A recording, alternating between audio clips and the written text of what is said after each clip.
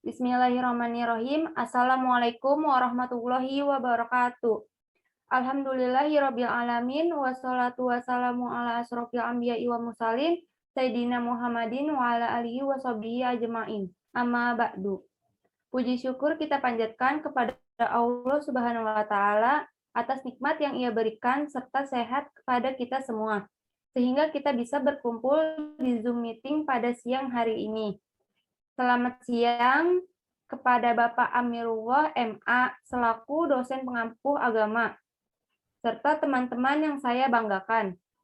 Pada kesempatan siang ini, saya dan rekan saya ingin mempresentasikan tugas kelompok yang akan dibacakan oleh Berliana Puji Astuti selaku saya sendiri dan dua rekan saya, Dara Dinanti dan Sarah Titi Nabila, yang bertemakan Tauhid sebagai inti ajaran Islam dan pandangan hidup Muslim.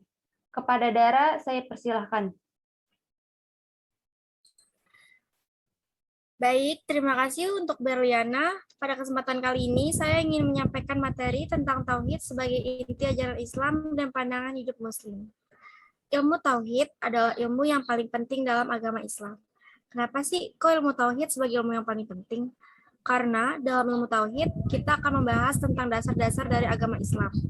Nah, oleh sebab itu, kita sebagai umat Islam wajib hukumnya untuk mempelajari ilmu Tauhid. Karena dengan kita mempelajarinya, kita jadi tahu nih dasar-dasar Islam tuh kayak gimana sih, pandangan hidup orang Islam tuh kayak gimana sih, dan kita juga bisa mengetahui bahwa Allah itu ada dan mempercayainya Allah itu ada. Agama Islam pada hakikatnya mempunyai aturan dan undang-undang yang terdapat dalam kitab suci Al-Quran dan As-Sunnah Rasulullah, yang meliputi perintah dan larangan-larangan serta petunjuk-petunjuk supaya menjadi pedoman hidup dan kehidupan umat manusia guna kebahagiaan di akhirat dan di dunia. Secara umum, aturan itu meliputi 3 hal pokok, yaitu akidah, syariah, dan akhlak. Akidah, proses evolusi dan tidak pernah berubah, yaitu tentang Allah dan hubungan dengan alam ini, tentang alam nyata yang diperlihatkan kepada manusia, dan tentang alam gaib yang tidak pernah diperlihatkan kepada manusia. Tentang hakikat kehidupan ini dan peran manusia di dalamnya, serta nasib manusia, serta setelah kehidupan dunia. Nah, akidah inilah yang datang untuk memurnikan pemikiran dan kesempurnaan akidah ilahiyah, atau paham ketuhanan, dari segala macam hal yang mencoreng sepanjang zaman, dan ia hadir untuk memurnikan pemikiran tentang kenabian, kerasulan, dan pemahaman-pemahaman buruk yang menimpanya. Jadi pada intinya, akidah Islam datang untuk memurnikan pemikiran yang tauhid. Yang kedua ada syariah. Syariah adalah komponen Islam yang berisi peraturan dan perundang-perundangan yang mengatur aktivitas yang seharusnya dikerjakan manusia. Syariat adalah sistem nilai yang merupakan inti ajaran Islam. Ilmu syariah lah yang berkembang pesat pada saat itu sesuai dengan perkembangan akal pikiran dan keadaan masyarakat, agar agama Islam memberikan hak kebebasan berpikir dan selalu memerintahkan untuk selalu mempergunakan akal pikiran dalam menangani sesuatu masalah yang berkaitan dengan hukum syariat. Nah, ilmu syariat ini pada zaman itu sangat berkembang pesat karena Islam memberikan kebebasan hak untuk berpikir dan selalu memerintahkan untuk selalu mempergunakan akal pikiran. Yang ketiga ada akhlak. Akhlak terhadap Allah meliputi cintanya pada Allah melebihi cintanya kepada siapapun, melaksanakan segala perintah dan menjauhi larangannya, mengharapkan dan berusaha memperoleh keridhaan Allah, mensyukuri nikmat dan karunia Allah, menerima dengan ikhlas semua qada dan qadar ilahi setelah berikhtiar, memohon ampunan Allah kepada Allah, bertaubat hanya kepada Allah dan bertawakal. Materi selanjutnya akan dibacakan oleh Sarah. Baik, saya membacakan sumber dasar ajaran Islam, langsung tanpa perantara Jibril, wahyu dalam bentuk pengertian atau pengetahuan yang tiba-tiba dirasakan seseorang, timbul dalam dirinya. Hal ini sebagai bentuk isyarat yang teks disusun Nabi dan wahyu dalam bentuk pengalaman dan penglihatan ketika tidur. Sumber dasar As-Sunnah, perbuatan al-hadis fi'liyah adalah perbuatan Nabi Muhammad yang merupakan penjelasan dari peraturan syariah yang belum jelas pelaksanaannya, cara bersembahyang dan cara menghadap kiblat dalam sembahyang sunat. Sumber dasar ijtihad pemikiran. 1. Memahami Al-Quran dan asbab an-nuzulnya serta ayat-ayat niks dan mansuk. Pokok-pokok dasar ajaran agama Islam adalah iman, Islam, ihsan. Islam, pengertian Islam secara istilah adalah agama yang diturunkan Allah kepada manusia melalui rasul-rasulnya berisi hukum-hukum yang mengatur hubungan manusia dengan Allah, manusia dengan manusia, dan manusia dengan alam semesta. Iman, pengertian iman bukan hanya sekedar kepercayaan sebagaimana yang sering kita pahami lewat pengakuan-pengakuan, melainkan pengakuan harus dibarengi kepercayaan dalam hati. Berupa penghayatan kedua ini harus terwujud dalam iman, inilah yang disebut dengan yakin. Ihsan, pengertian ihsan sebagai pokok ajaran Islam yang ketiga ialah berakhlak soleh sesuai dengan akar kata ahsana yuhsinu, isana yang berarti berbuat kebaikan atau berbuat baik. Ketika melaksanakan ibadah kepada Allah dan bermuamalah dengan sesama makhluk, disertai keikhlasan seolah-olah disaksikan Allah meskipun dia tidak melihat Allah. Lanjut Saudara Berliana. Terima kasih kepada Sarah. Baik, saya akan melanjutkan materi yang disampaikan tadi. Yang B, ada inti akidah Islam. Inti akidah Islam dibagi menjadi dua. Pertama, Al-Quran. Al-Quran sebagai dasar dan sumber ilmu kalam. Al-Quran banyak menyinggung hal yang berkaitan dengan masalah ketuhanan. Artinya, Allah tidak beranak dan tidak pula diperanakan, dan tidak ada suatu yang sama dengan Dia. Yang kedua, ada hadis.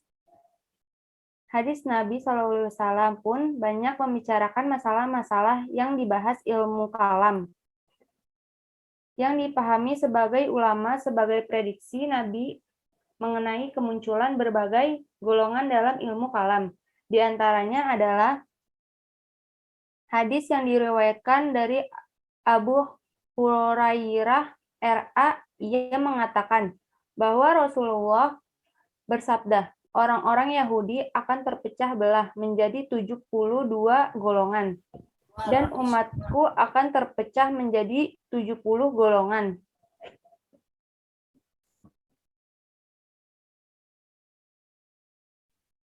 Tauhid. Tauhid adalah meyakini keesaan Allah SAW dalam rububiyah, ihsan beribadah kepadanya, serta menetapkan bagian mana-mana dan sifat-sifat mananya. Dengan demikian, tauhid ada 3 macam, yaitu tauhid rububiyah, uluhiyah, dan asma wa sifat. Tujuan ilmu tauhid sebagai sumber dan motivator perbuatan kebijakan dan keutamaan. 2. Membimbing manusia ke jalan yang benar, sekaligus mendorong mereka untuk mengerjakan ibadah dengan penuh keikhlasan. 3. Mengeluarkan jiwa manusia dari kegelapan, kekacauan, dan kegoncangan hidup yang dapat menyesatkan. 4. Mengantarkan manusia kepada kesempurnaan lahir dan batin. Tauhid sebagai pandangan hidup dan asas keberadaban.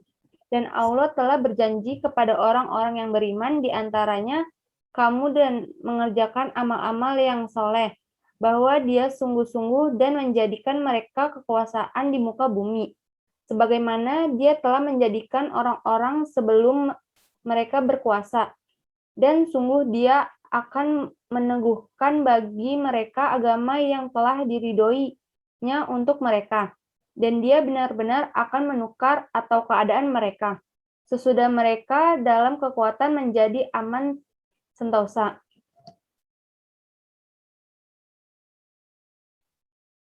Adapun fungsi manusia dalam paradigma tauhid, tulisan ini menghasilkan 2, yaitu pertama, tauhid meliputi bukan saja pengakuan pada keesaan Tuhan atau kesatuan ketuhanan, tetapi juga pengakuan kesatuan penciptaan atau alam, dan kesatuan kemanusiaan.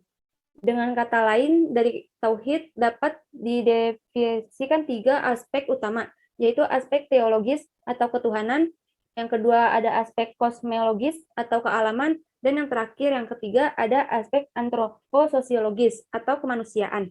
Kedua, perumusan makna terhadap kurikulum pendidikan. Islam harus memperhatikan keberadaban hakikat manusia dan dimensi ketergantungannya pada aspek teologis, kosmologis, dan antropososiologis.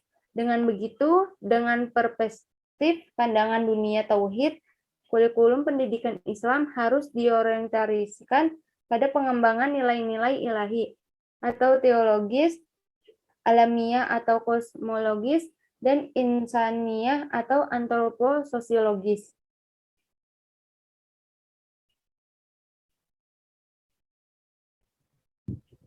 Baik,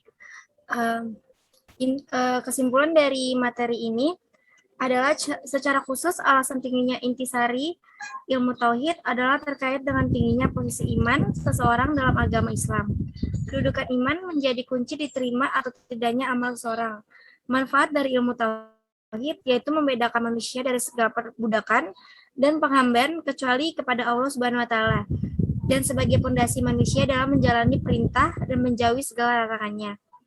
Tujuan ilmu tauhid ialah menetapkan keyakinan atau kepercayaan agama dengan jalan akal pikiran di samping kemantapan hati bagi seseorang yang percaya padanya, dengan mempertahankan kepercayaan tersebut dan berusaha menghilangkan berbagai keraguan yang masih melekat atau sengaja dilekatkan oleh lawan-lawan kepercayaan itu. Baik, terima kasih. Itu dia presentasi dari kelompok kami. Sekiranya ada salah kata, mohon maaf. Saya mewakili undur diri. Sekian dari kelompok kami. Wabillahi taufiq wal hidayah. Wassalamualaikum warahmatullahi wabarakatuh.